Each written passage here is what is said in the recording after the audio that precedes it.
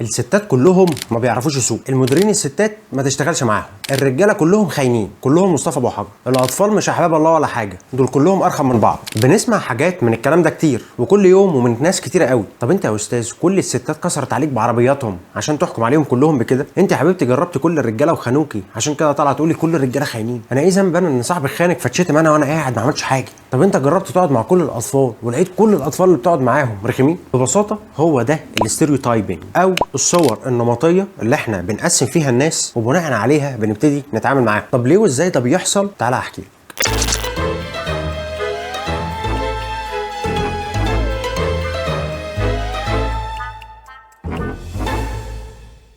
الاستيريوتايبنج هو معتقدات احنا بنفترضها لمجموعه من الناس زي الامثله اللي فاتت كده. المشكله ان الصور النمطيه اللي انت بتحط فيها الناس دي بتوديك لحاجتين تانيين، اول حاجه منهم وهي اسمها الاحكام المسبقه، وتاني حاجه هي التمييز العنصري. يعني الاحكام المسبقه هو ان يبقى عندك موقف سلبي او ايجابي تجاه مجموعه من الناس بدون سبب ومن غير ما تتعامل معاهم كمان، لكن التمييز العنصري هو ان يبقى عندك موقف سلبي او ايجابي بسبب حاجه معينه، زي مثلا بره مصر البيض ما بيحبوش السود. طب نرجع للسؤال المهم، ليه دايما احنا بنبقى عرضه ان احنا نقع تحت التاثير ده ونبتدي نقسم الناس على صور نمطيه ونبتدي نتعامل معاهم على هذا الاساس؟ في الحقيقه عقولنا عايزه طول الوقت ان هي تفضل شغاله وفعاله، فبتلجأ ان هي تعمل حاجه العلماء بيسموها منتال شورت كاتس او الاختصارات الذهنيه. عارفين زمان لما كنت تفتح الكمبيوتر بتاعك وتدخل على الديسك توب وعلى فولدر وتاخد لعبه تعمل لها كليك يمين كرييت شورت كات وتروح حاططها على الديسك توب، ده عشان لما تفتح الكمبيوتر بتاعك المرات الجايه يبقى اسهل في الوصول واول ما تفتح تلاقيها في وشك. هو الموضوع كده بالظبط. المنتال شورت كاتس دي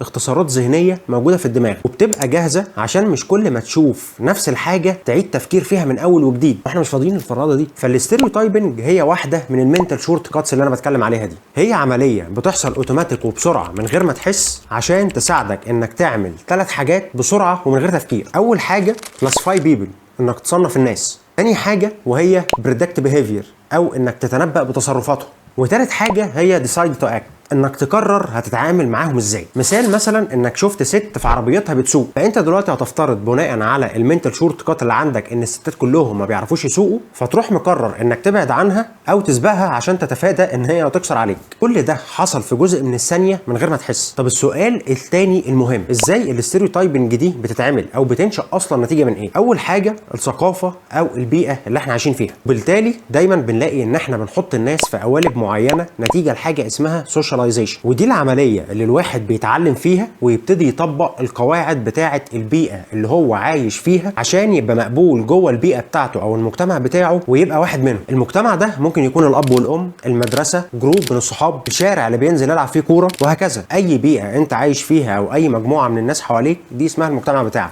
تاني حاجة بتبقى بسبب الأفكار اللي أنت اكتسبتها خلاص، وساعتها بتبقى عرضة لحاجة اسمها confirmation bias، يعني التحيز التأكيدي. ودي ببساطة معناها إنك بتبقى ميال أكتر للمعلومات أو الأحداث اللي بتأكد المعتقدات اللي أنت مؤمن بيها. طب بالنسبة للمعلومات اللي بتعارض المعتقدات بتاعتك، بره عني، ماليش دعوه بيها. اخر حاجه هحكيها لك بتفسر ازاي الموضوع ده ممكن يكون بيحصل بالترتيب، وهي حاجه اسمها تراي كومبوننت موديل، وده تم تطويره من 2 علماء في 1960 اسمهم هافلاند وروزنبرج، وقالوا ان موقفنا تجاه شخص او شيء معين بيتقسم على 3 حاجات. 3 حاجات دول اسمهم ABC موديل. الاي بترمز لافكتيف او تاثير، وهو مشاعرنا ناحيه الشخص او الشيء اللي احنا بنتعامل معاه. البي بترمز للبيهيفير او السلوك، ده بقى الاكشن او الفعل اللي احنا خدناه ناحيه الشخص او الشيء ده. والسي هي الكوجنيتيف او المكون المعرفي، ودي طريقه افكارنا ناحيه الشخص او الشيء ده. والموديل ده من اسمه بيعرفنا 3 حاجات مهمه، احنا ازاي بنحس، بنفكر، بنتصرف ناحيه شيء او الشخص اللي قدامنا. اول حاجه احنا بنبتدي نفترض افتراضات ناحيه الشيء او الشخص او المكان اللي قدامنا نتيجه لخبراتنا السابقه. ثاني حاجه بنطور يا اما شعور سلبي او ايجابي. ثالث حاجه افكارنا او مشاعرنا اللي احنا حسيناها ناحيه الشخص او الشيء ده بتبتدي تاثر على ازاي هنتصرف معاه.